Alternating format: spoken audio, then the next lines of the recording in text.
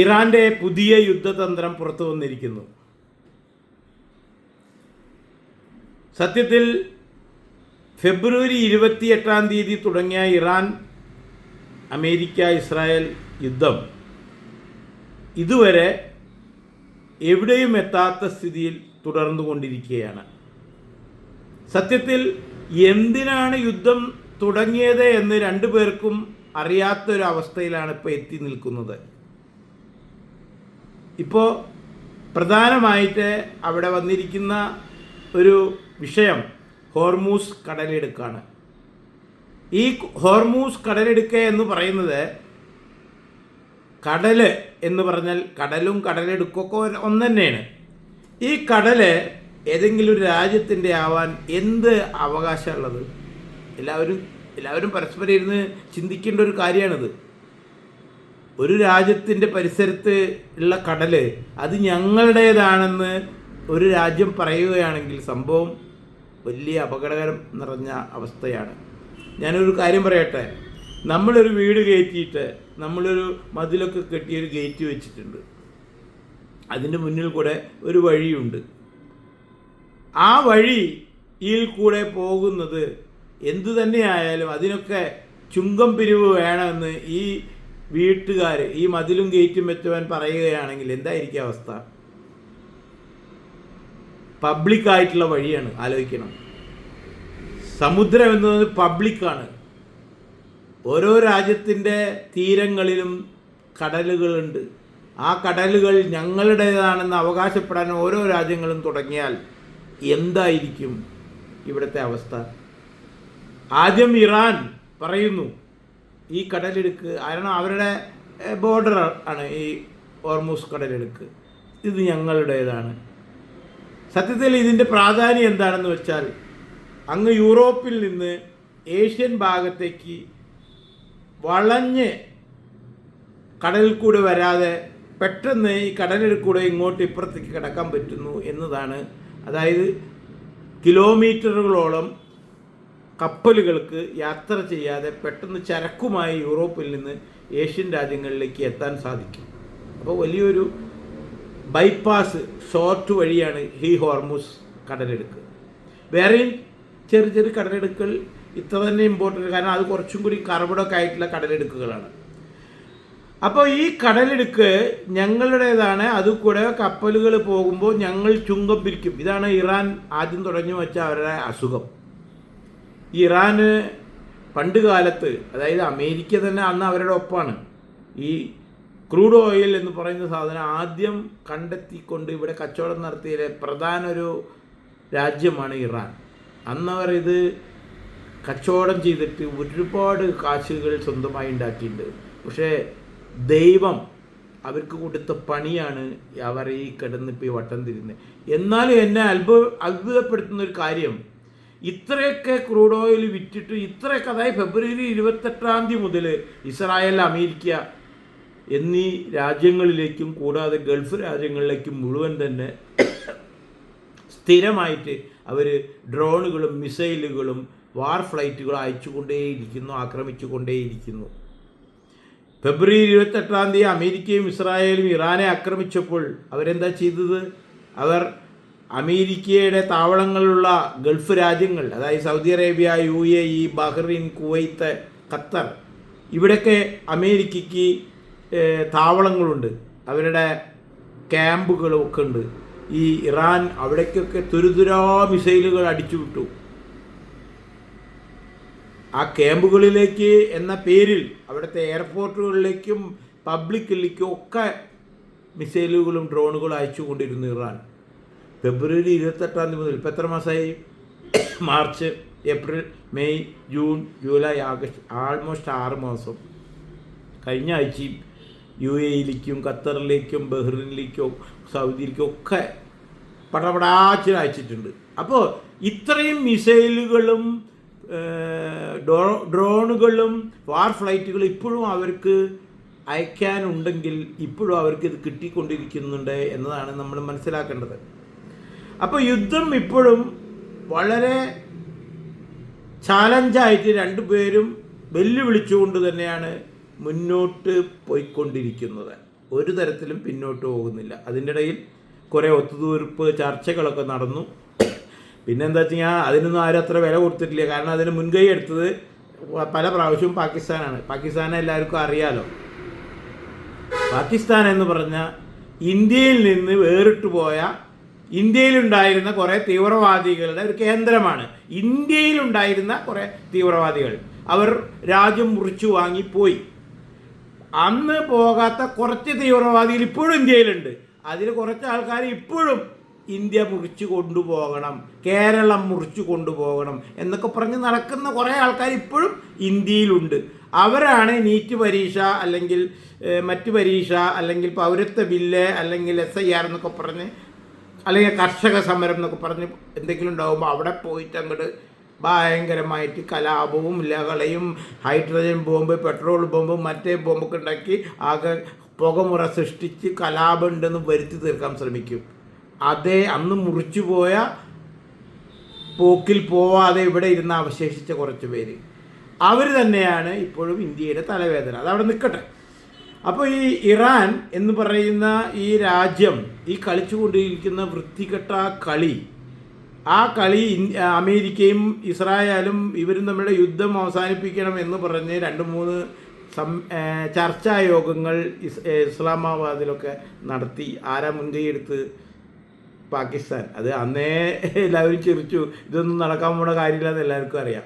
പക്ഷേ ഈ ചർച്ച നടത്തിയിട്ട് ബില്ലയക്കി, അവർ വലിയ ബില്ല് അയച്ചു കൊടുക്കും. കാരണം ഇതവരുടെ ഉദ്ദേശം, അല്ലാതെ യുദ്ധം നിൽക്കലൊന്നുമല്ല. അതിൻ്റെ പേരിൽ വലിയൊരു പൈസ പിടിച്ച് വാങ്ങാൻ നോക്കും. അങ്ങനെ അത് കഴിഞ്ഞ് വേറൊരു ചർച്ച സ്വിറ്റ്സർലാൻഡിലൊക്കെ നടത്തി, ഒന്നും കാര്യം ഉണ്ടായില്ല. ഓൺലൈൻ കോംപ്രമൈസ് ഉണ്ടായി, ഒന്നും അവിടെ ഇല്ല. ഇപ്പോൾ വീണ്ടും ശക്തമായി വരികയാണ്. ഇതിൽ ഈ ഹോർമൂസ് കടലിടുക്കിൻ്റെ ഒരു ഭാഗത്ത് തുടക്കത്തിൽ ഒമാനുണ്ട്. അപ്പോൾ ഒമാനും കുറച്ച് ഹോർമൂസിൻ്റെ അവകാശമുണ്ട് ഇങ്ങനെ പറയുകയാണെങ്കിൽ. പക്ഷേ ഒമാൻ ഇത്തരത്തിലുള്ള വൃത്തികേടൊന്നും പറയാൻ പോയിട്ടില്ല. ഞങ്ങൾ കാശ് പിരിക്കുന്നോ ഒന്നും പറഞ്ഞിട്ടില്ല. ഇവർ കാശ് പിരിക്കുമെന്ന് പറഞ്ഞാൽ അമേരിക്ക പറഞ്ഞു ഞങ്ങളാ പിരിക്കുകയെന്ന്. അപ്പം ഒന്ന് നോക്കിയേ, പൊതു സ്ഥലം, പൊതു കടൽ, കടൽ പറഞ്ഞാൽ എല്ലാവരുടെയാണ്. അവിടെ ഇറാൻ കാശ് പിരിക്കും, ചുങ്കപ്പിരിവ് നടത്തും പറഞ്ഞപ്പോൾ അമേരിക്ക പറഞ്ഞു ഞങ്ങളാ പിരിക്കുകയെന്ന്. ഇതാണ് ഈ പ്രശ്നമൊക്കെ മാറിപ്പോയി. അപ്പോൾ ഈ ഒമാന് അവകാശപ്പെട്ട സ്ഥലമുണ്ട് ഈ ഹോർമൂസിന്. അപ്പോൾ ഇറാൻ ഒമാനുമായിട്ട് രഹസ്യമായി ചർച്ച ചെയ്തു. കാരണം ഞാൻ പിരിക്കാം, ഷെയർ, അതാവും ചർച്ച. ഞാൻ വിചാരിക്കട്ടോ. അല്ലെങ്കിൽ ഇപ്പോൾ ഒമാനായിട്ട് എന്ത് ചർച്ച ചെയ്യുന്നുണ്ട്? ഒമാനിലേക്ക് ബോംബ് എറിഞ്ഞോനാ, മിസൈലും, അമേരിക്കേനെ ചൂടാക്കാൻ വേണ്ടിയിട്ട്. ആ ഒമാനായിട്ട് ചർച്ച ചെയ്യണത്. അപ്പോൾ ഈ ഹോർമൂസിന് പിരിക്കണം, അവൻ്റെ വിചാരം അങ്ങോട്ട് പിരിച്ചു മിണുങ്ങാന്നാണ് ഇറാൻ്റെ വിചാരം. പക്ഷേ ഈ ഒമാനുമായിട്ട് ചർച്ച ചെയ്യണമെന്ന് കേട്ടപ്പോൾ നമ്മുടെ ഡൊണാൾഡ് ട്രംപ് ഒമാനെ വാണിംഗ് ചെയ്തിരിക്കുക. ഇറാനുമായിട്ട് എന്തെങ്കിലും നീക്കുപോക്ക് ഉണ്ടാക്കിയാൽ ഞങ്ങൾ ഒമാൻ ആക്രമിക്കുന്നു ഇപ്പം ഇന്നലെ പറഞ്ഞിരിക്കുകയാണ്. അപ്പോൾ ഓരോ ദിവസം ചൊല്ലുന്ന ഒരു യുദ്ധം മൂർച്ച കൂടുകയാണ്. ഇത് വല്ലാത്ത ഒരു അവസ്ഥ തന്നെയാണ്. അതിനിടയ്ക്ക് ഇപ്പോൾ ഇറാൻ വേറൊരു പ്രഖ്യാപനം നടത്തിയിരിക്കുകയാണ്. അതായത് ഏതെങ്കിലും ഇറാനിലെ ആരെങ്കിലും ഒരു അമേരിക്കൻ സോൾജറെ മിലിറ്ററിക്കാരനെ പിടിച്ച് കൊടുത്താൽ, ഇറാൻ അധികാരികളെ ഏൽപ്പിച്ചാൽ $30,000 ഇത് എന്താണ് പ്രൈസ് കൊടുക്കും, സമ്മാനം വാഗ്ദാനം ചെയ്തിരിക്കുക. അപ്പോൾ പല സമയങ്ങളിലും ഇറാൻ്റെ ഉള്ളിൽ തന്നെ അമേരിക്ക വന്ന് ഇറങ്ങി തിരിച്ചു പോകേണ്ടുന്നത് നമ്മൾ കണ്ടതാണ്. അവിടെ അവരുടെ ഒരു പൈലറ്റ് വന്ന് വീണു, അതിനെ രക്ഷിച്ചു കൊണ്ടിരിക്കുകയൊക്കെ ചെയ്തു. അത് ഇറാൻ ഗവൺമെൻറ്റിന് പോലും ഒന്നും ചെയ്യാൻ പറ്റിയില്ല. അമേരിക്ക പോയി അവിടെ അവരുടെ ഫ്ലൈറ്റ് ഇറക്കിയിട്ട് അയാളെ പൊക്കി കൊണ്ടുവന്നു. അപ്പോൾ അവിടെയുള്ള ആൾക്കാരുടെ സഹായം അവിടെ കിട്ടിയിട്ടുണ്ട് എന്നാണ് ഇതെന്നൊക്കെ ഇറാൻ തന്നെ മനസ്സിലാക്കുന്നത്. അപ്പോൾ അവരുടെ മൈൻഡ് മാറ്റാനായിരിക്കാം ഒരു അമേരിക്കൻ സോൾജറെ പിടിച്ചു കൊടുത്താൽ, ചൂണ്ടിക്കാണിച്ചു കൊടുത്താൽ $30,000 കിട്ടും. ഓക്കെ, ഇതൊക്കെ സാധാരണ പറയുന്ന ചില ഓഫറുകളാണ്. കാരണം പിടികിട്ടാത്ത ഭീകരനെ കണ്ടെത്തിയാൽ, പിടിച്ചു കൊടുത്താൽ ഇത്ര കിട്ടുന്ന ഇനാം കൊടുക്കുന്നൊക്കെ നമ്മൾ പല തരത്തിലുള്ള പ്രഖ്യാപനങ്ങളും അതുമായിട്ട് കണ്ടാൽ മതി. പക്ഷേ ഇതിൽ അത്ഭുതപ്പെടുത്തുന്ന കാര്യം, ഒരു സോൾജിയറെ ഒരു ഇറാനി ലേഡി പിടിച്ചു കൊടുത്താൽ അതിൻ്റെ കഥ വേറെ. അത് പൈസ കുറച്ച് കൂടുതൽ കിട്ടും. ഒന്ന് ആലോചിച്ച് നോക്കിയേ, ഒരു മുസ്ലിം കൺട്രി, വനിതകൾക്ക് യാതൊരു സ്വാതന്ത്ര്യം കൊടുക്കാത്തവരാണ് ഈ മുസ്ലിം രാജ്യങ്ങൾ. ഇപ്പോഴാണ് അതിൽ കുറേ മാറ്റങ്ങളൊക്കെ സൗദി അറേബ്യയിലൊക്കെ വന്നത്. പണ്ട് സ്ത്രീകൾ പുറത്തിറങ്ങുമ്പോൾ ബുർഖ ധരിക്കണം, കണ്ണുപോലും പുറത്ത് കാണിക്കാൻ പാടില്ല, കൈ കാണിക്കാൻ പാടില്ല, കാല് കാണിക്കാൻ പാടില്ല. അങ്ങനെയുള്ള മുസ്ലിം സ്ത്രീകൾ ഒരു തരത്തിലും അവർക്ക് ഒന്നും പാടില്ല, ജോലി ചെയ്യാൻ പാടില്ല, പഠിക്കാൻ പാടില്ല. ഒരു കുട്ടി പഠിക്കാൻ പോയതിന് വെടിവെച്ചിട്ട് എന്താ കുട്ടിക്ക് നോബൽ സമ്മാനം കിട്ടി, ഞാൻ പേര് മറന്നു, ഒരു പാകിസ്ഥാനിലെ ഒരു പെൺകുട്ടിയാണ്, അല്ല അഫ്ഗാനിസ്ഥാനിലെ പാകിസ്ഥാനിലെ ഏതൊരു പെൺകുട്ടി, മുസ്ലിം പെൺകുട്ടി, ഇതേമാതിരി പഠിക്കാൻ താല്പര്യം കാട്ടി പഠിക്കാൻ പാടില്ല എന്ന് പറഞ്ഞ് വെടിവെച്ചു, ഭയങ്കര സീരിയസ് ആയി, പിന്നെ രക്ഷപ്പെട്ടു. അത് ഫൈറ്റ് ചെയ്ത പല വീഡിയോകളും ഇന്നും നമുക്ക് യൂട്യൂബിലോ അല്ല ഇതിലൊക്കെ കിട്ടും. അതിന് നോബൽ സമ്മാനം വരെ കൊടുത്തിട്ടുണ്ട്. അപ്പോൾ ഈ മുസ്ലിം സമുദായത്തിൽ സ്ത്രീകളുടെ ഈ വളരെ ശോഷിച്ച അവസ്ഥ നിലനിൽക്കുമ്പോൾ അവർക്ക് യാതൊരു സ്വാതന്ത്ര്യം ഇപ്പോൾ ഇറാനിലില്ല. അവിടെ പണ്ട് ഇറാനിലെ സ്ത്രീകൾ എന്ന് പറഞ്ഞാൽ മോഡേൺ യൂറോപ്യൻ ലേഡീസ്മാരെയായിരുന്നു അവർ നടന്നിരുന്നത്. ഈ ഷാ ഭരണം കഴിഞ്ഞ് ഈ ഭരണം വന്നതിന് ശേഷം, ഈ ഖൊമൈനി ഭരണമൊക്കെ വന്നതിന് ശേഷം അവിടുത്തെ സ്ത്രീകൾ ബുർഖയുടെ ഉള്ളിലേക്ക് പോയി, സ്വാതന്ത്ര്യമേ ഇല്ല. അങ്ങനെയുള്ള സ്ത്രീകളോട് പറയുന്നത് അമേരിക്കൻ മിലിറ്ററിക്കാരെ സോപ്പടിച്ച് കൊടുന്ന് പിടിച്ചു കൊടുക്കാൻ. അപ്പോൾ ഈ സ്ത്രീകൾ ഒരു മിലിറ്ററിക്കാരനെ സോപ്പടിക്കണമെങ്കിൽ എന്താണ് ഈ സർക്കാർ ഉദ്ദേശിക്കുന്നത്? ആ സ്ത്രീകളെ എന്തിനാണ് പറഞ്ഞു വിടുന്നത്? ആ യഥാർത്ഥ സ്വഭാവമല്ലേ ഇപ്പോൾ വിളിച്ചു പറഞ്ഞത്? സ്ത്രീകളെ ഉപയോഗിച്ച് സൈന്യത്തിനെ വേട്ടയാടാൻ ശ്രമിക്കുക. അതാണല്ലോ ഇറാൻ ഇപ്പോൾ ഓഫർ കൊടുത്തിരിക്കുന്നത്. അതും സ്ത്രീകൾക്ക് പൈസ ഇനാം എമൗണ്ട് കൂടുതലാണ്, 3 ഇരട്ടിയൊക്കെ കൂടുതൽ കൊടുക്കുന്നവരാണ്. അങ്ങനെയെങ്കിലും കാരണം സ്ത്രീകൾക്ക് കഷ്ടത്തിലാന്നേ, ബുർഖയുടെ ഉള്ളിരുന്നുകൊണ്ട് ഭക്ഷണം കഴിക്കാൻ പറ്റില്ല. അപ്പോൾ ആ സ്ത്രീകളെ ദുരുപയോഗം ചെയ്ത് ഈ അമേരിക്കൻ സേനയെ പിടിക്കണം എന്ന് പ്രഖ്യാപിക്കുമ്പോൾ അവരുടെ ബുദ്ധി നോക്കി, അവിടെ സ്ത്രീ വേണം. അഫ്ഗാനിസ്ഥാൻ 10 പെൺകുട്ടികൾ കേരളത്തിൽ നിന്ന് അവിടുത്തെ കാബൂൾ ജയിലിൽ ഇരിക്കുകയാണ്. അപ്പോൾ അവിടെ സ്ത്രീയെ വീണ്ടും ഈ മതം ഉപയോഗിച്ചു. അവരും ആരും മുസ്ലിം മതത്തിലുള്ള സ്ത്രീകളായിരുന്നില്ല. ഹിന്ദു അല്ലെങ്കിൽ ക്രിസ്ത്യൻ മതത്തിലെ പെൺകുട്ടികളെ പഠിക്കുന്ന കലാലയത്തിൽ നിന്നും പ്രേമം നടിച്ച് കൊണ്ടുപോയി മതം മാറ്റി കല്യാണം കഴിച്ച് തീവ്രവാദ പ്രവർത്തനത്തിന് വിട്ടു. അഫ്ഗാനിസ്ഥാനിൽ കൊണ്ടുപോയിട്ട് അല്ലെങ്കിൽ സിറിയയിൽ കൊണ്ടുപോയിട്ട് അവിടെ നിന്ന് അങ്ങോട്ടും ഇങ്ങോട്ടും പോകുമ്പോൾ അവിടെ കലാപത്തിൻ്റെ ഇടയിൽ ഇവന്മാരൊക്കെ മരിച്ചുപോയി. ഈ കൊണ്ടുപോയന്മാർ, ഈ പെൺകുട്ടികൾ അവശേഷിച്ചു.